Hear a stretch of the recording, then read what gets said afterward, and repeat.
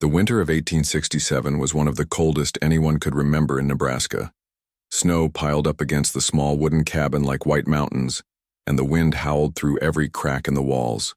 Inside, Mary held her husband's burning hand as he fought against the fever that had been eating away at him for 3 long weeks. Their 2 children, 8-year-old Lucy and little 5-year-old Ben, watched from the corner with wide, scared eyes. They didn't understand why their father was so sick, or why their mother cried so much when she thought they weren't looking. The fever had come suddenly, just like it had taken so many other settlers that winter. One day Robert was chopping wood and planning their spring planting, and the next he was too weak to lift his head from the pillow.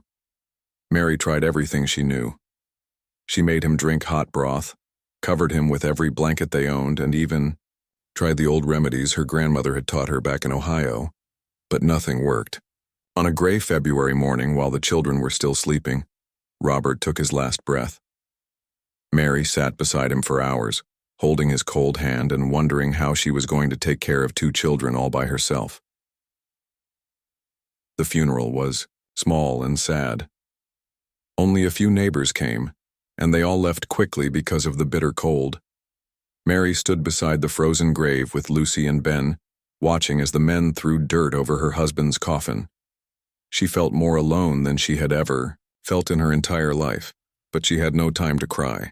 There were children to feed, animals to tend, and somehow she had to figure out how to keep them all alive until spring. What Mary didn't know was that Robert's family back east had been watching and waiting.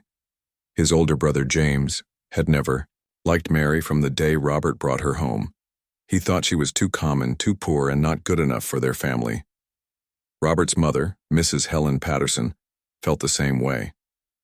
She had wanted Robert to marry the banker's daughter, someone with money and proper manners. When the news of Robert's death reached them, James saw his chance. He had always believed that the Nebraska land should belong to the Patterson family, not to some woman who had married into it.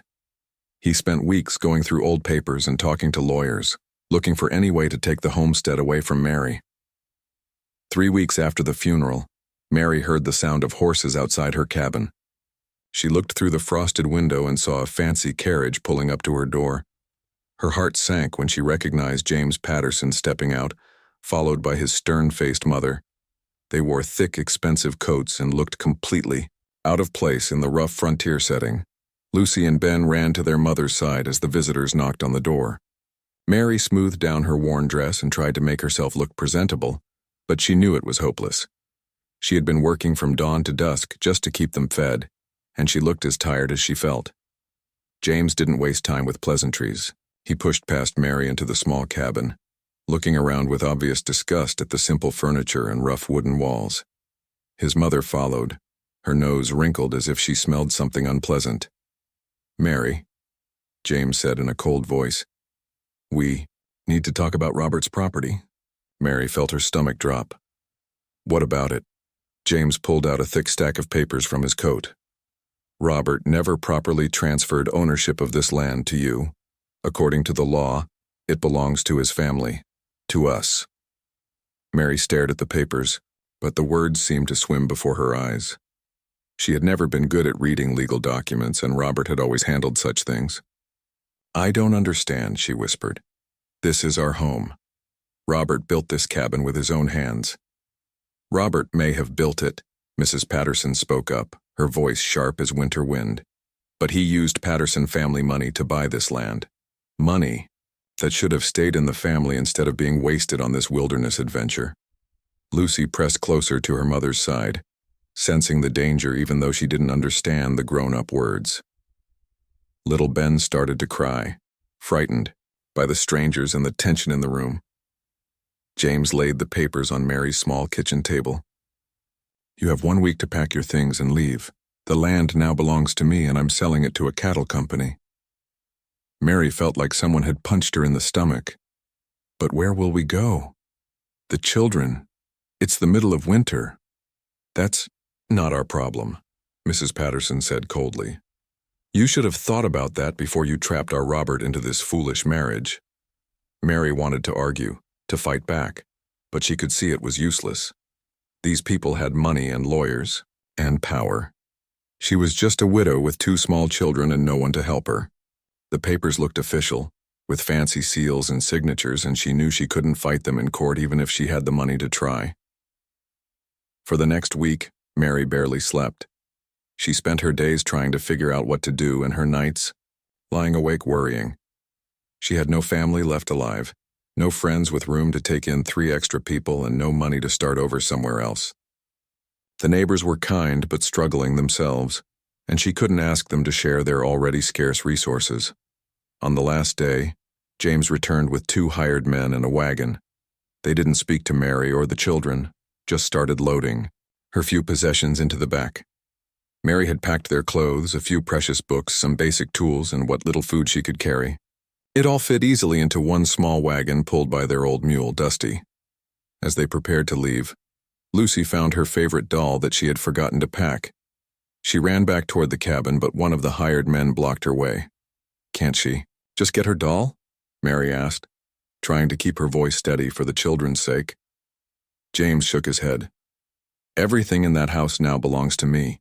She should have remembered it earlier." Lucy burst into tears, and Ben started crying too. Mary picked up both children, feeling her heart break all over again. This wasn't just about losing their home. It was about losing the last connection they had to their father, the place where they had been happy as a family. As their wagon rolled away from the only home the children had ever known, Mary looked back one last time. The cabin looked so small and lonely against the white prairie. She thought about all the dreams she and Robert had shared, all their plans for the future that would never come true now. The children huddled close to her on the wagon seat, too cold and scared to ask where they were going. Mary wished she had an answer for them. All she knew was that they had to find shelter before nightfall, had to find food before their small supplies ran out, and somehow had to start a completely new life with nothing but the clothes on their backs and an old mule to carry them into an uncertain future. The prairie stretched out endlessly in every direction, white and empty and impossibly vast. Mary had never felt so small or so afraid in her entire life. The first day on the road felt like the longest day of Mary's life. Dusty, their old mule, moved slowly through the deep snow, and the wagon creaked and groaned with every step. The children sat quietly beside her, wrapped in every blanket they owned, but Mary could still feel them shivering against her sides. Lucy kept looking back toward their old home until it disappeared completely behind the rolling hills. Then she stared straight ahead with tears frozen on her cheeks. Little Ben had stopped crying, but only because he was too cold and tired to make any sound. Mary tried to sing songs to keep their spirits up, but her voice kept cracking and the words seemed to get lost in the endless white landscape around them. By evening, they still hadn't seen another house or even a fence post to show that people lived anywhere nearby. Mary had hoped to find a town, or at least a trading post where they could spend the night, but there was nothing except snow and grass, and the gray sky pressing down on them like a heavy blanket. When darkness started falling, Mary had no choice but to stop. She unhitched Dusty and tied him to the wagon, then gathered the children under the canvas cover in the back. They ate a cold supper of bread and dried meat, sharing one small piece between the 3 of them, because Mary knew they had to make their food last as long as possible. The night was so cold that Mary could see her breath even under all their blankets. She held both children close, feeling their small bodies shake with cold, and listening to the wind howl across the empty prairie. Every sound made her jump, wondering if wolves or other wild animals were nearby. She didn't sleep at all that first night, just watched the stars through a gap in the canvas and prayed that tomorrow would bring them to safety. The second day was even worse. A light snow started falling in the morning, making it hard to see. Very far ahead, Dusty seemed weaker, stopping often to rest and breathing hard even though they were moving slowly. Mary began to worry that the old mule might not be strong enough to carry them much farther. Ben started coughing that morning, a harsh sound that made Mary's heart race with fear. She remembered how her husband's sickness had started with just a cough. She gave Ben extra blankets and tried to keep him warm, but the cough kept getting worse as the day went on. They passed a frozen creek around midday, and Mary had to break through the ice to get water for Dusty and to fill their water. Yug. The cold water made her hands ache, and she could barely feel her fingers by the time she finished. Lucy tried to help, but her small hands were already turning blue with cold. That afternoon, they saw something that gave Mary hope. In the distance, she spotted what looked like smoke rising into the sky. Her heart jumped with excitement, thinking they had found a house or a camp. She urged Dusty forward, but as they got closer, she realized it was just steam rising from a natural hot spring. There were no people, no buildings, nothing but the empty prairie stretching on forever. The second night was worse than the first. Ben's cough was so bad that he could barely sleep, and Lucy was starting to look pale and weak. Mary gave them most of her own food, pretending she wasn't hungry, but she could feel her own strength starting to fade. She tried to stay positive for the children's sake, telling them stories about warm houses and good food, but inside she was beginning to panic. By the third day, Mary knew they were in serious trouble. Ben was so sick that he could barely sit, up in the wagon, and his little face was burning with fever. Lucy was trying to be brave, but Mary could see the fear in her daughter's eyes. Even Dusty seemed to sense their desperation, moving slower and slower as if he knew they were all running out of hope. The snow was getting deeper, and Mary had to get out several times to push the wagon when the wheels got stuck. Each time, she felt a little weaker, a little less able to keep going. Her hands were so cold that she could barely hold the reins, and her feet had gone completely numb inside her worn-out boots. Around noon on the third day, they came to a small grove of trees that offered some protection from the wind. Mary decided to stop and try to warm up Ben, who was shivering so badly that his teeth were chattering even under all their blankets. She gathered some dead wood and managed to start a small fire, the first warmth they had felt in days. As Ben huddled close to the flames, Mary looked through their supplies and felt her heart sink. They had maybe 2 days of food left, and that was only if she kept giving the children bigger portions while she ate almost nothing. Dusty was so weak that she wasn't sure he could pull the wagon much farther, and they still hadn't seen any sign of civilization. While the children rested, by the fire Mary climbed a small hill to look around. In every direction, all she could see was white prairie stretching to the horizon. No smoke, no buildings, no roads, nothing to show her which way to go. For the first time since they had left their home, Mary allowed herself to cry. She felt so helpless, so completely lost and alone, but she couldn't give up. When she came back down the hill, Lucy looked up at her with such trust and hope that Mary forced herself to smile. "Don't worry, sweetheart," she said, trying to sound confident. "We'll find a town soon." They traveled for the rest of that day, but by evening it was clear that Dusty was failing. The old mule was breathing hard and stumbling every few steps. Mary knew he wouldn't be able to go much farther, but without him, they would be completely stranded. The fourth day started with disaster. They had only been traveling for an hour when the wagon hit a hidden rock buried in the snow. Mary heard a loud crack, and suddenly the wagon tilted to one side. She climbed down to look and felt her heart stop. The wheel was completely broken, split right down the middle. Mary stared at the broken wheel, feeling all her remaining hope drain away. She had no tools to fix it, no money to buy a new one, and no idea how to repair it even if she had the materials. They were stuck in the middle of nowhere with a sick child, no transportation, and winter all around them. She tried to stay calm for the children's sake, but Lucy was old enough to understand what the broken wheel meant. "Mama," she whispered, "what are we going to do?" Mary looked at her daughter's frightened face and at little Ben, who was too sick to even ask questions. She gathered what supplies she could carry in a small bag and made the hardest decision of her life. They would have to leave the wagon and walk carrying Ben when he couldn't manage on his own. But after just an hour of walking through the deep snow, Ben collapsed. He was too weak to take another step, and Mary knew she couldn't carry him and their supplies very far. As the sun started to set on their fourth day in the wilderness, Mary found herself facing the most terrifying moment of her life.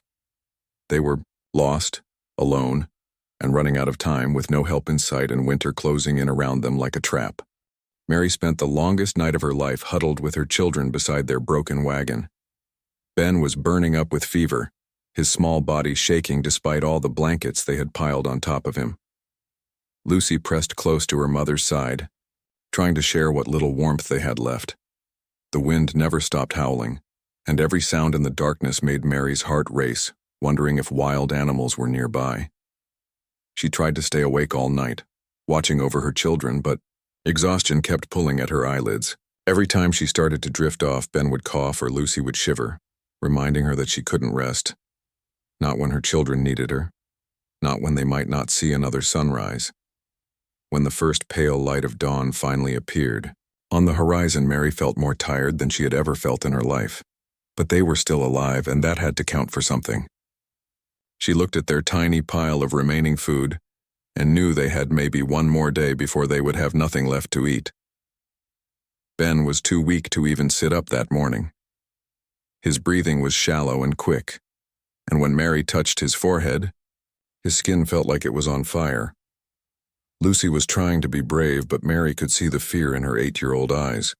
Her daughter kept looking around the empty prairie as if hoping to see help coming, but there was nothing except endless white snow in every direction. Mary knew they couldn't stay by the broken wagon any longer. They had to keep moving, had to try to find help before it was too late. She gathered their few remaining supplies into a small bundle, wrapped Ben in their warmest blanket, and picked him up in her arms. He felt so light, too light, and that scared her more than anything. "Come on, Lucy," she said, trying to sound braver than she felt. "We're going to walk until we find people to help us." Lucy nodded and took her mother's free hand. Together, they left their broken wagon behind and started walking across the frozen prairie. Mary had no idea which direction to go, so she just headed toward where the sun was rising, hoping that somewhere ahead they would find a town or a farm, or even just another person who might help them. The walking was harder than Mary had imagined. The snow was deep, sometimes up to her knees, and every step took enormous effort. Ben seemed to get heavier with each mile, and Mary's arms started aching terribly. But she couldn't put him down. The snow would be over his head, and he was too weak to walk on his own. They had been walking for about 2 hours when Lucy suddenly stopped and pointed ahead. "Mama, look!" Mary squinted against the bright snow glare and saw something that made her heart stop. There was a figure on horseback in the distance moving slowly across the prairie. For a moment she felt a surge of hope. Someone was coming. Maybe they would be saved after all. But as the rider got closer, Mary's hope turned to fear. The person on the horse was clearly a Native American warrior, and everything Mary had ever heard about encounters between settlers and Indians came flooding back to her mind. She had heard stories of attacks, of settlers being killed or taken prisoner. Her neighbors back home always talked about Indians like they were dangerous wild animals. The warrior was riding a beautiful paint horse, black and white patches gleaming in the morning sun. He wore thick furs and leather clothing, and his long, black hair was braided down his back. As he came closer, Mary could see that he was young, maybe in his 20s, with strong features and dark eyes that seemed to take in everything around him. Mary's first instinct was to run, but where could she go? She was carrying a sick child, had an 8-year-old daughter beside her, and they were in the middle of nowhere with nowhere to hide. Besides, she was so tired and weak that she probably couldn't run more than a few steps anyway. The warrior brought his horse to a stop about 20 feet away from them. For a long moment, nobody moved or spoke. Mary held Ben tighter and pulled Lucy closer to her side, not knowing what to expect. All the stories she had heard said that this was when something terrible would happen, but instead of attacking or threatening them, the warrior simply sat on his horse and studied them. His dark eyes moved from Mary's frightened face to Lucy's, wide eyes to Ben's fevered form in her arms. Mary could see him taking in their situation. A desperate woman with 2 children, clearly lost and in trouble, with no wagon or supplies visible anywhere nearby. Slowly, the warrior dismounted from his horse. Mary's heart was beating so fast she thought it might burst, but she forced herself to stand still. There was nowhere to run, and even if there had been, she wouldn't leave her children behind. The warrior approached them with careful, deliberate steps, keeping his hands visible. When he was about 10 feet away, he stopped and said something in his own language. Mary didn't understand the words, but his tone didn't sound threatening. If anything, he sounded concerned. "Please," Mary whispered, her voice barely audible. "My son is very sick, we're lost." The warrior tilted his head, clearly trying to understand her words. He pointed to Ben and said something else in his language, then made a gesture that seemed to indicate fever or sickness. Mary nodded, tears starting to flow down her cheeks. "Yes, he's sick. Very sick. Please, can you help us?" What happened next surprised Mary more than anything in her entire life. Instead of hurting them or taking them prisoner, the warrior gently approached and carefully examined Ben without taking him from Mary's arms. He touched the child's forehead and made soft sounds of concern. Then he looked into Ben's eyes and listened to his breathing. The warrior stood up and walked back to his horse, and for a moment Mary thought he was going to ride away and leave them there. But instead he came back carrying a small leather pouch. He opened it and showed Mary some kind of dried plant or herb, gesturing toward Ben and then toward his own mouth, as if indicating that it was medicine. Mary didn't know what to do. Everything she had been taught told her not to trust this man, but he was the first person who had shown any kindness to her and her children since they had left their home, and Ben was getting worse by the hour. If she didn't do something soon, she might lose her little boy. The warrior seemed to understand her hesitation. He took a small amount of the herb himself, chewing it and swallowing to show her that it wasn't poison. Then he offered it again, his dark eyes full of what looked like genuine concern. Mary made a decision that went against everything she had been taught about Indians. She nodded and allowed the warrior to give Ben a small amount of the medicine. Almost immediately, Ben's breathing seemed to get a little easier. But the warrior wasn't finished helping them. He looked around at the empty prairie, then at their small bundle of supplies, and seemed to understand that they were completely lost and running out of everything they needed to survive. He gestured toward his horse and then pointed in a direction, across the prairie, clearly indicating that he wanted them to come with him. Mary hesitated again. Going with this stranger felt like the most dangerous thing she could possibly do. But staying here meant certain death for her children. At least, with the warrior there was hope, even if it came with enormous risk. The warrior seemed to sense her fear. He approached his horse and removed a thick fur blanket, which he offered to Lucy. Then he gently took Ben from Mary's arms and wrapped him more securely, cradling the sick child with surprising tenderness for such a strong-looking man. "My name is Mary," she said, pointing to herself. Then she pointed to her children. "Lucy, Ben." The warrior nodded and pointed to his own chest. "Running Wolf," he said in careful English, the words heavily accented but clear. And so, with no other choice and nothing left to lose, Mary took Lucy's hand and followed Running Wolf across the prairie, praying that she was making the right decision and not leading her children into even greater danger. Following Running Wolf across the snowy prairie felt like walking into a dream that might turn into a nightmare at any moment. Mary kept Lucy close beside her, watching as the warrior carried Ben with such careful gentleness that it almost broke her heart. Every few minutes, Running Wolf would look down at the sick child in his arms and make soft, comforting sounds that seemed to ease Ben's labored breathing. They walked for what felt like hours, though Mary had lost all sense of time. Her legs ached terribly, and she stumbled several times in the deep snow. But Running Wolf would always pause and wait for her to catch up. He never showed impatience or irritation, just quiet understanding that she was doing her best. As the sun reached its highest point in the sky, Mary began to smell something that made her stomach clench with hunger. Wood smoke. And with it, the scent of cooking food. Her mouth watered despite her fear, and she realized just how long it had been since any of them had eaten a proper meal. Then she saw them, several dome-shaped structures made of what looked like animal hides stretched over wooden frames. Smoke rose from the tops of some of them, and people moved around between the dwellings. Mary's heart started racing again. She was about to enter a Cheyenne camp, something she had never imagined would happen in her entire life. The first person to notice them was a woman about Mary's own age, with long braided hair and kind eyes. She took one look at the group approaching, and immediately called out to others in the camp.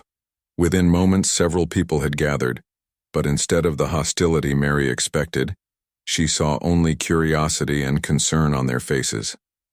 The woman approached them quickly, speaking rapidly to Running Wolf in their language. Mary could tell they were discussing Ben's condition because the woman kept looking at the sick child with worried eyes. Then Running Wolf said something that made the woman nod and gesture toward one of the larger dwellings. "Come," the woman said to Mary in broken English, her voice warm and welcoming. "Bring children. We help." Mary hesitated at the entrance to the dwelling, not knowing what to expect inside. But when she ducked through the opening, she found herself in a space that was surprisingly warm and comfortable. Thick furs covered the ground, and a fire burned in the center, sending smoke up through an opening in the top. The walls were decorated with beautiful painted designs, and everything was clean and well organized. An elderly woman sat near the fire, her hair white as snow, and her face lined with years of wisdom. When she saw Ben in Running Wolf's arms, she immediately gestured for him to bring the child closer. She examined Ben with the same careful attention that Mary had seen from the town doctor back home, touching his forehead, listening to his breathing, and looking into his eyes. The old woman spoke to the younger woman, who Mary learned was called Morningstar. Morningstar then turned to Mary and tried to explain in her limited English what they planned to do. "Grandmother Singing Bird, she know healing," Morningstar said, pointing to the elderly woman. "She make medicine for boy. He get better." Mary watched in amazement as Singing Bird began preparing various herbs and plants, grinding some with stones and mixing others with water over the fire. The old woman worked with the confidence of someone who had been healing people for decades, and Mary found herself beginning to hope that maybe, just maybe, Ben would survive. While Singing Bird worked on Ben's medicine, Morningstar took care of Mary and Lucy. She brought them warm soup made with meat and vegetables, the first hot food they had tasted in days. Mary tried to eat slowly, but she was so hungry that she could barely control herself. Lucy ate with the same desperate hunger, and Mary felt grateful tears running down her cheeks. As the day wore on, other people from the camp came to check on them. Mary was surprised to find that several of them spoke at least some English, learned from trading with settlers and fur trappers. They asked about her situation, and when Mary explained how she had lost her home and become lost in the prairie, she saw genuine sympathy in their eyes. One of the men, an older warrior named White Eagle, listened to her story, and then spoke quietly with Running Wolf. Mary couldn't understand their words, but she could tell they were discussing something serious. Later, Morningstar explained that White Eagle had lost his own family to a disease brought by white settlers several years ago, and he understood the pain of losing everything. The most amazing thing was how quickly Ben began to improve. Singing. Bird's medicine seemed to work like magic, and by evening his fever had broken. He was still weak, but his breathing was easier, and he was able to drink some broth without coughing. Mary felt like a huge weight had been lifted from her shoulders. As night fell, the camp settled into a peaceful routine that Mary found surprisingly comforting. Children played quiet games near the fires while adults worked on various tasks, repairing tools, making clothes, preparing food.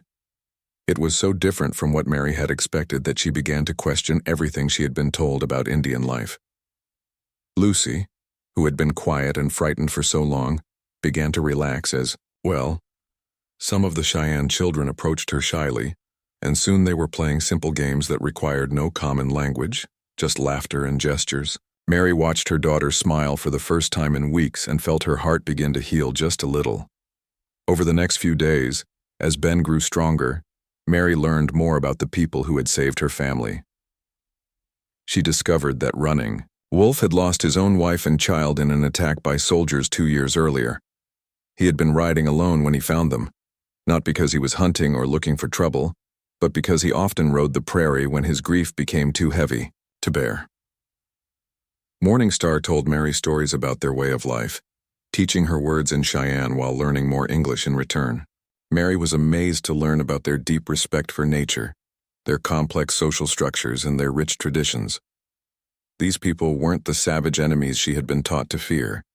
They were human beings with families, hopes, dreams, and sorrows just like her own. Singing Bird took special interest in teaching Mary about healing herbs and plants. The old woman seemed to sense that Mary might need this knowledge in the future, and she patiently showed her which plants could treat fevers, which ones helped with coughs, and which could be used for injuries. Mary felt like she was receiving an education more valuable than anything she had learned in school. As the days passed, Mary realized that she felt safer in this Cheyenne camp than she had felt anywhere since her husband died. No one judged her for being a widow. No one tried to take advantage of her vulnerability, and everyone seemed genuinely concerned about her children's welfare. The contrast with how her husband's family had treated them was so stark that it made her question many of the things she had always believed about right and wrong. One evening, as Mary sat by the fire watching Ben play with wooden toys that White Eagle had carved for him, Running Wolf approached her. He sat down nearby, and for a long time they just watched the children together in comfortable silence. Finally, he spoke. "You stay, Winter," he said in his careful English. "Spring come, you decide." Mary looked at him with surprise. She had been wondering what would happen next, whether they expected her to leave soon or what her options might be. The idea that she could stay through the winter, that her children could be safe and warm and fed, felt like an incredible gift. "Why?" she asked. "Why are you helping us?" Running Wolf was quiet for a moment, staring into the fire. When he finally answered, his voice was soft but filled with deep emotion. "Everyone need family. Everyone need home. You help us remember why we fight to protect what we love." Winter slowly gave way to spring in the Cheyenne camp, and Mary found herself facing the hardest decision of her life. The snow began to melt, creating streams of fresh water that ran between the dwellings. Green grass started pushing up through the brown earth, and the air filled with the sounds of birds returning from their long journey south. It was time to think about the future. Over the past 3 months, Mary's life had changed in ways she never could have imagined. Ben had not only recovered from his terrible illness, but had grown stronger and healthier than he had ever been. The Cheyenne diet of fresh meat, wild vegetables, and healing herbs had done wonders for his small body. He could now run and play with the other children, chattering away in a mixture of English and Cheyenne words that made everyone in the camp smile. Lucy had blossomed even more remarkably. The frightened, pale little girl who had arrived in the camp had transformed into a confident child who could track animals, identify edible plants, and communicate easily with her Cheyenne friends. She had learned to help Morning Star with cooking, and had even begun learning some of the traditional crafts from Singing Bird. Mary sometimes watched her daughter and hardly recognized the fearful child she had been just months ago. But it wasn't just the children who had changed.